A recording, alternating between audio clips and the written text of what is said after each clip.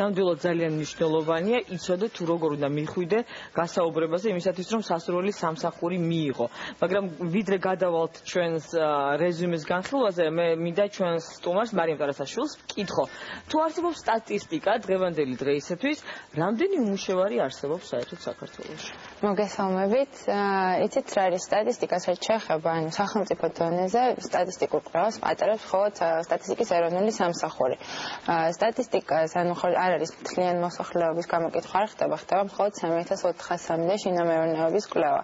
შესაბამისად ეს ინფორმაცია რამდენად სრულსურათს ასახავს უკვე თქვენ თვითონ განსაჯეთ, მაგრამ დაიდო 2012 წლის მონაცემები დადოს აქ სტატმა და უმუშევრობა წინა წელთან შედარებით შემცირებულია 0.1%-ით, ანუ დღევანდელი მდგომარეობით საქართველოში არის მოსახლეობის 15% არის უმუშევარი. ანუ როგორ ითვლება ეს თავშად თვითონ ძალიან საინტერესოა დათვა, ანუ თვითდასაქმება არის ვინ არის თვითდასაქმებით და ანუ გლეხები რომლებიც მიწასამუშავებენ ისინი ითვლებიან თუ არა დასაქმებულებად, როგორ ითვლება საერთოდ ძალიან საინტერესოა, სულ მაინტერესებდა და ვერასდროს ამომწურავი პასუხი ვერ მივიღე. იცით ეს ზოგადად უმუშევრობა დასაქმებით რომ ეკონომიკურად აქტიური მოსახლეობიდან ეკონომიკურად აქტიურ მოსახლეობაში თვითდასაქმებულებით შედიან და დაქირავებული მოსახლეობის. ახლა აქედან ბოლოს ჩატარებული კვლევიდან გამომდინარე ან 11 წელთან შედარებით გაიზარდა როგორც თვითდასაქმებულთა ხვედრის წილი, ისე ანუ დაქირავებით დასაქმებულთა ხვედრის წილი. ძალიან საინტერესოა ის რომ ხშირ შემთხვევაში ანუ თქვენ გასაგებია დიასახლისი არ ითვლება თვითდასაქმება, არ ეკუთვნის ეკონომიკურად აქტიურ მოსახლეობას. არა და როგორი დასაქმებულები არიან ხო იცი? კი და ანუ ყოველთვის აღნიშნება რომ ქალებში უმუშევრობის დონე უფრო დაბალია, მაგრამ აქ გასათვალისწინებელია ისიც რომ ისინი არ მიეკუთვნებიან ეკონომიკურად აქტიურ მოსახლეობას. თქვენი სამმართველოს ერთ-ერთი პრიორიტეტია დაასაქმოს, ერთ-ერთი მნიშვნელოვანი პრიორიტეტი დაასაქმოს ხალხი, მაგრამ თუ თქვათ სტატისტიკა 2000 წლის იდება წლის ბოლოსკენ, ან თქვათ უფრო შუა რიცხვებისკენ, მაშინ რით ხელმძღვანელობთ, როდესაც თქვათ იწყებთ პროგრამას, რომ დაასაქმოთ ადამიანები სხვადასხვა ასაკობრივი ჯგუფი, სხვადასხვა პროფესიის, თუ არ არის სტატისტიკა? იცით ეს ანუ შესავალთ გავუკეთებ ეს ანუ ჩვენ სამმართველო ეკუთვნის შრომის ჯანმრთელობის და სოციალური დაცვის სამინისტროს და თვითონ შრომის დეპარტამენტის რეფორმას თქვა განხორციელდა თებერვალში და შექმნა შრომის და დასაქმების დეპარტამენტი, რომელმაც ჩვენ დავიწყოთ მუშაობა მუშაობთან სამინისტროს დასაქმების სტრატეგია, რომელიც ჯერ კიდევ განხილვის და დამტკიცების პროცესში მთავრობაზე უნდა მოხდეს ამის დამტკიცება. და მე ზუსტად ვადებს რა როდის მოხდება ეს ვერ გეტყვით, მაგრამ იმედი გვაქვს რომ თქვა ივლისში თქვენი დეპარტამენტი ესე იგი რაღაცა განახლებული სტრატეგია გაქვს და რა სულისხმობს თქვენი სტრატეგია? დიახ, ზუსტად ამ მასალას მივიღეთ, ერთ-ერთი ყველაზე ალბათ საინტერესო მაყურებელისთვის და დღევანდელი თემისთვის იქნება ის რომ შეიქმნას დასაქმების ხელშეწყობის ცენტრები მთელი ქვეყნის მასშტაბით დაახლოებით ალბათ 62-მდე 62-63 რაიონში და ამ ცენტრებში ყველა რაიონში და რას გააკეთებენ ისინი? ეს არის საინტერესო. დიახ, ეს იქნება პირველ რიგში ყველაზე მთავარი იქნება ის რომ შეიქმნება ასე თქვა მონაცემთა ბაზა ელექტრონული, სადაც ანუ მოსახლეობის ადგილობრივ მოსახლეობას ექნება საშუალება რომ მივიდეს და დარეგისტრირდეს როგორც სამუშაოს მაძიებელი. ასევე ანუ მე შემდეგ მუდმივად მოხდება ამ ბაზის განახლება და თქვა თუ ის დასაქმდება ამ პერიოდში რაღაცა ეს ყველაფერი უკვე შეივსება, ანუ თითოეულ ადამიანს ექნება თავისი ასე თქვა რეზიუმე და იმის მიხედვით იქნება შესაძლებელი ანუ რა განათლება აქვს, რა პროფესია აქვს, რა ინტერესები აქვს ასე შემდეგ. ანუ იქნება მაძიებლების გაფაცალკე და დამსაქმებლების ალბათ ხო ყოველ მნიშვნელოვანი ბევრი ბაზა მაძიებლების, მაგრამ ნაკლებად არის გამოხმაურება როგორც კი, რა თქმა უნდა, ანუ ამ ცენტრის ერთი მთავარი ფუნქცია იქნება სულ ხელი შეუწყოს და დააკავშიროს ერთმანეთს საშუალო ფუნქცია იქნება, ასე ვთქვათ, დააკავშიროს დამსაქმებელი და სამუშაოს მაძიებელი. ანუ ადგილობრივ დამსაქმებლებთან იქნება მუდმივი კოორდინაცია და შესაბამისად განახლდება ეგ წოდებული ვაკანსიების ბაზაც. ეს იქნება მხოლოდ საჯარო სამსახურის ვთქვათ ვაკანტური ადგილები თუ იქნება კერძო კომპანიები, არასამთავრობო სექტორი, ვთქვათ როგორც თვითონ ცენტრის ექნება ურთიერთობა ყველა დამსაქმებელთან, ვინც არის ვთქვათ იმ ადგილას, მაგრამ ანუ რა თქმა უნდა ეს არ იქნება სავალდებულო, ანუ თუ არ იქნება დამსაქმებელს სურვილი რომ თავის ვაკანსიები მიაწოდოს ცენტრს. ხშირად ისინი თვითონ მუშაობენ ამ საკითხზე, თვითონ აცხადებენ სხვადასხვა ტენდერებს. ჩვენი სურვილი იქნება რომ ყველა მითანამშრომლოს იქიდან სრული სურათი ჰქონდეს და ანუ ადვილად დავაკავშიროთ. და ასაკობრივი რაღაცა ის თუ იქნება ცენზი, ასე ვთქვათ, ან ზღვარი, იმიტომ რომ ძალიან პრობლემატური იყო 40 წელს გადაწილებული ადამიანებისთვის, ძალიან დიდი პრობლემა იყო სამსახურის შოვნა რამდენიმე წლის წინ თუნდაც. კეთახმებ, მაგრამ არანაირი შეზღუდვა არ არის პირიქით, ანუ ნებისმიერ ასაკის ადამიანს ექნება საშუალება რომ მივიდეს დარეგისტრირდეს. ჩვენი ერთ თავი პრიორიტეტი ზუსტად ის არის, რომ თქვა თუ კი ადამიანი თქვა ამ წლების განმავლობაში ხშირად ხდება, რომ დიდი ხნის განმავლობაში როდესაც არ მუშაობს ადამიანი, რაღაცა საჭირო არის მისი პროფესიული ცოდნების თქვა განახლება და მასაც ან ცენტრი ამ კუთხითაც იმუშავებს, რომ თქვა რაღაცა თანამშრომლობს ჩვენ განათლების სამინისტროსთან და პერეკვალიფიკაციის რაღაცა ესეთი მოხდეს გადამზადება, ასე ვთქვათ. დატრენინგება, ასე ვთქვათ. თქვენ თქვით, რომ ვაკანსიები ვალდებული არ იქნება კომპანია, ნებაყოფლობით უნდა მოგაწოდოთ ხო ინფორმაცია, ვინც არ უნდა იყოს, იქნება ეს არასამთავრობო, სამთავრობო თუ კერძო კომპანია. ეს არ არის რისკი იმისთვის, რომ ჩვენ ისევ და ისევ აი დღეს ვუჩივით რას, რომ არის ნაკლები ინფორმაცია ვაკანსიების შესახებ, ხო? იგივე რისკი არ იქნება ამ შემთხვევაში? თუ თქვათ ნებაყოფლობით იქნება, თუ არ იქნება, ეს თქვათ რაღაცა ვალდებულების სახით სახელმწიფოს მხრიდან შეთავაზებული. ესეც როგორ არის, ანუ იმის თქმიდან ვალდებულებას რო ვთქვი, რომ ნამდვილად ახლა 100% ჩვენ ვერავის ვერ ვაიძულებთ, რომ აი გვითხარი რა ვაკეთებ, თუმცა ამ შემთხვევაში დამსაქმებლის ინტერესიც არის, რომ ანუ დამსაქმებლის ასეთი სააგენტოები თუ ასეთი სამსახურები ასაქმებენ არ მინდა არავინ დავაკნინო დაბალი საფეხურით მუშახელს.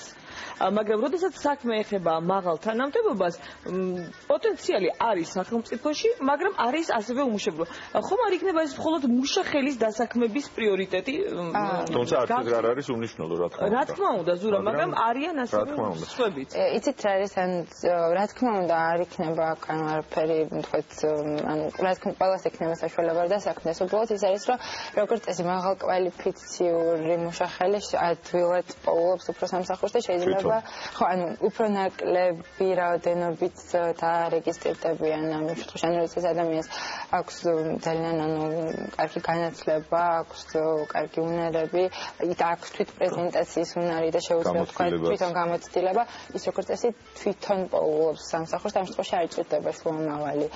თუმცა რა თქმა უნდა, ანუ ყველას ექნება საშუალება და ჩვენ ანუ გავაცაინთ თქვა ლიტვის დასაქმების სისტემა როგორ მუშაობს და აი აბსოლუტურად ყველა იმდენად აწყობილი არის უკვე ეგ სისტემა, რომ ყველა რეგისტრირდება ავტომატურად, ვინც თქვა დაამთავრებს სასწავლებელს და აქედან გამომდინარე, ანუ იქ უფრო დარეგას ესეც უმუშევრობის პრობლემა, ევროკავშირის ზონა, მაინც და მეტი თავისუფლება აქვს და გადაადგილების, თქვა ვიდრე ჩვენს ქვეყანაში, თუ თქვა თუნდაც ეს ეკონომიკური თავისუფალი ზონები, სადაც თქვა ხელმისაწვდომობა ევროკავშირის ქვეყნებისთვის მეტია, ვიდრე ჩვენთვის. კი, თუმცა ამ დასაქმების ცენტრები ძალიან დატვირთულად და აქტიურად მუშაობენ. ჩვენ ცენტრები როდის გაიხსნება, რომ გითხრათ ზუსტად თქვა და რომელ რეგიონში რომ ადამიანებმა იცოდნენ, მობილიზდნენ და მოამზადონ რეზიუმეები.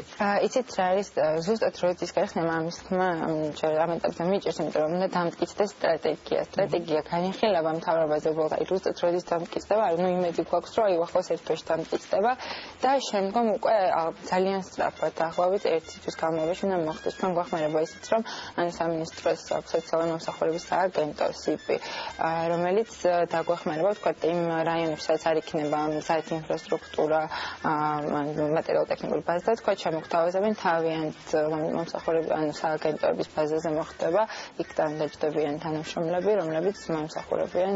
მარიამ, რამდენად არის მზაობა დამსაქმებლის თანამშრომლობაზე, თქვენთან თანამშრომლობაზე? ხანდახან ხდება ხოლმე დავეთანხმების ზურას, რომ დამსაქმებელი თავად პოულობს კადრს.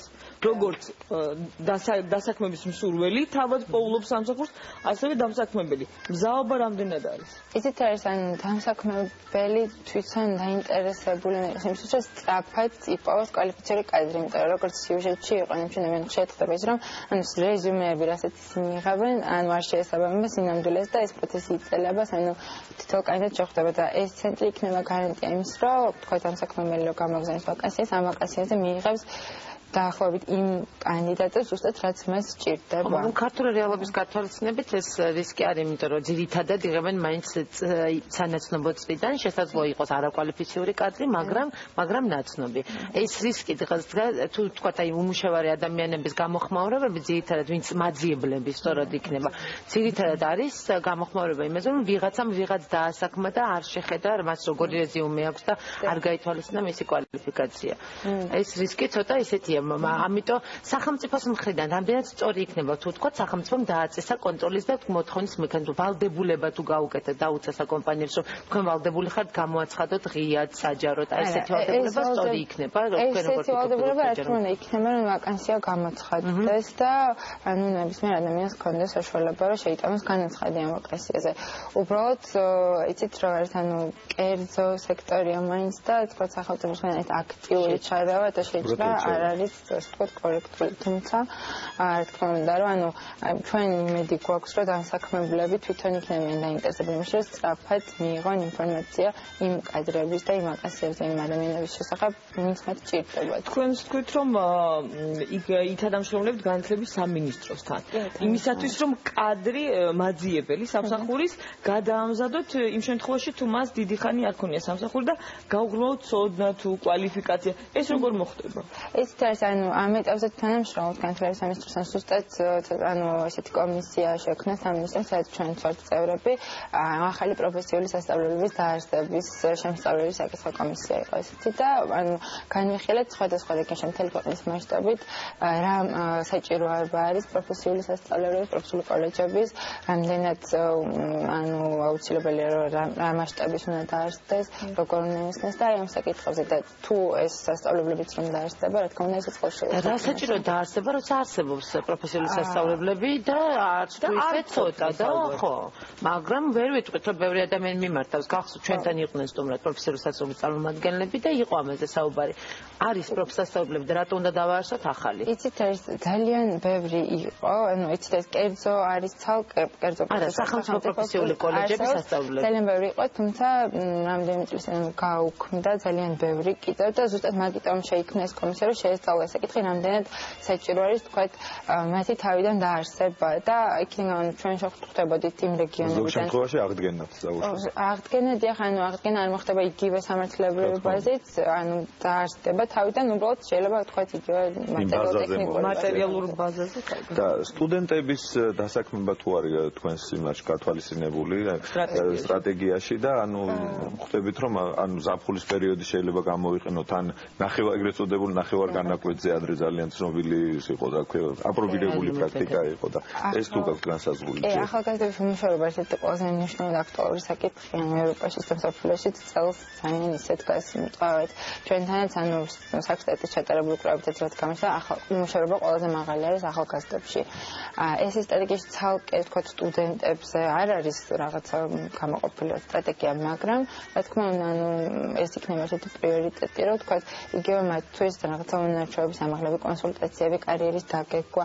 ცენტრებს ეს ფუნქციაც ექნება და ამ საკითხითაც დაეხმარებიან თქვენ საუბრობთ ბაზაზე ერთი ბაზა საჯარო სამსახურის ეროვნულ ბიუროს უკვე აქვს თქვენ თუ გაქვთ თქვა კავშირი ამ ბაზასთან და თუ მოხდება მისი ცვლილებაც იმიტომ რომ ეს არის ბაზა რომელსაც ბევრი უყურებს სკეპტიკურად გამომდინარე იქიდან რომ ადამიანები რომლებიც აგზავნიან რეზიუმეს არასდროს არ იღებენ არათუ შედეგს არამედ პასუხსაც კი თქვენ HR გოგჯის გულისხმობთ ხო ანუ საჯარო სამსახური ისეთ არის არ ვიცი რამდენად რეალურად შესაბამება იმიტომ რომ ხა ჩემს გარშემოც შემეგობრებს ვიცი რომ რაღაც შეუტანიათ ცივი და ნამდვილად ძალიან მოწესრიგებულად SMS-ით, email-ით, ყველაფრით მისდით ყველაფერზე ანუ პასუხი რა თქმა უნდა ანუ ამ კუთხით ვითანამშრომლობთ მაგრამ უბრალოდ ეს ყველაფერი უკვე ანუ როგორ იქნება ტექნიკურად როგორ იმუშავებს გაირკვევა ეს დეტალები როდესაც უკვე რეალურად იარსებებს ეს ცენტრები და ვთქვათ ანუ მე ვისაუბროთ თანამშრომლობაზე. როგორ უნდა მოგმართოთ მაძიებელმა გასაგები რომ სტრატეგია ჯერ არ არის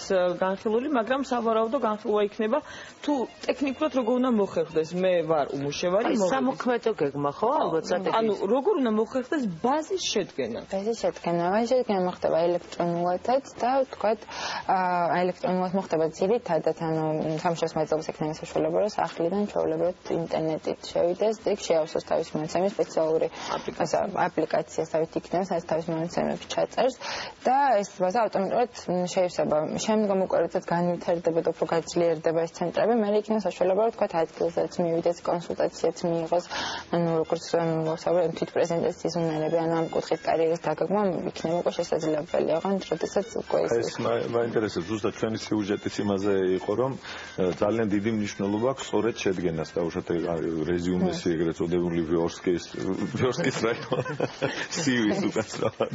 იოსკაზე მაქვს სულ აქცენტი ჩვენი პროფესიიდან გამომდინარე.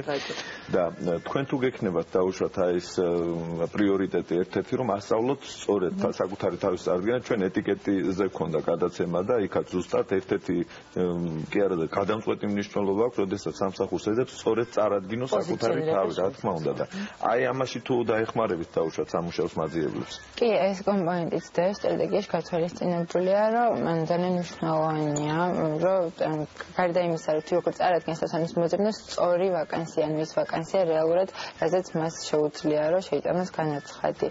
და ამ კუთხით იგეგმება, ანუ ეს ზუსტად ამ ცენტრების მეშვეობით იქნება შესაძლებელი, ოღონდ უფრო მოგვიანებთან, როდესაც მართლა ანუ გაძლიერდება ეს რაღაც განვითარება, აიწყობა, ასე ვთქვათ, ცენტრის მუშაობა.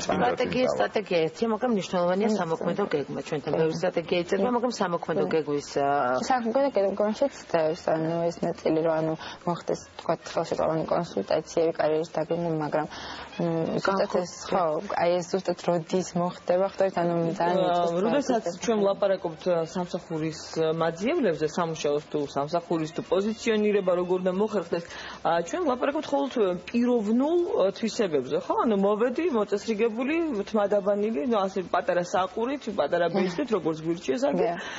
მაგრამ გაფარსული მამაკაცების შემთხვევაში ეს უკვე შენზურა. გარდა ამისა, ძალიან ხშირად არის მოთხოვნა სამუშაო გამოცდილება. თუ არ გაქვს სამსახური, გამოცდილებაც არ გაქვს, ხო? ძალიან ლოგიკურია.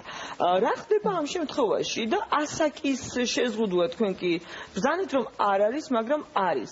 თუ იგეგმება კიდევ ცვლილებები შრომით კოდექსში, რომელიც განსაზღვრავს ამას, რომ ყველას არ შეიძლება მოსთხოვო სამუშაო გამოცდილება ასაკი 19 წელი და სამუშაო გამოცდილება 7. აი წარმოიდგინეთ, ალოგიკური მოთხოვნები. აი ეს როგორ დარეგულირდება? იცით რა არის, ანუ სამუშაო გამოცდილების მოთხოვნა ის უკვე ისეთ რაღაცა, რომ თუ ადამიანს აქვს თქვა ის უნარები, ანუ არა მარტო თეორიული ცოდნა, თუმცა პრაქტიკული უნარები, რომელიც შეიძლება შეიძინო არა მარტო რაღაც ერთ-ერთ კლას მუშაობთ, ანუ რაღაც ტრენინგებით, სხვა სემინარებზე დასწრებით, სემინარებში მონაწილეობით, ასევე ძალიან ბევრი არაფორმალური განათლების მიღებით არის შესაძლებელი, ხო, ანუ ამ კუთხით და როდესაც ეს უნარები უკვე გაქვს, ანუ ეს რაღაცა თქვა აბალანსებს თვალსაჩინო სამუშაო გამოცდილების მოთხოვნას და რაღაცა 19 წლის ადამიანს ნელია მოთხოვა 7 წლიანი სამუშაო გამოცდილება, მაგრამ ანუ მაგალითად ძალიან ბევრი არის, რომ თქვა სკოლის ასაკიდან ცდილობს, ანუ გარდა სკოლის თქვა პროგრამისა იქ ესწრება, თქვა სხვა საინტერესო, ანუ არაფორმალური განათლების კურსებსა ტრენინგებს და თვითგანვითარების არის დაკავებული, რა თქმა უნდა, და ეს უკვე პლუსად ჩაიწერა. ესე იგი 12 წლიდან დავიწყეთ თვითგანათლებაზე და განვითარებაზე ზრუნვა, ეს არის ძალიან მნიშვნელოვანი იმისათვის, რომ 19 წლის ასაკის 7 წლიანი გამოცდილება ქონდეს და ქონდეს სამსახური. ძალიან დიდი მადლობა მარიამ სტუმრობისათვის. მე მგონი რაღაც საინტერესო ინფორმაცია გაიგო ჩვენმა მაყურებელმა. თქვენ გიშჩეთ რომ სტრატეგია დროზე შევიდეს ძალაში. ჩვენ გავდივართ რეკლამაზე და დავრუნდებით ორ არაჩვეულებრივ სტუმართან ერთად, რომელიც საინტერესო პროგრამაზე მოგვიყვებიან. დიდი მადლობა მარიამ.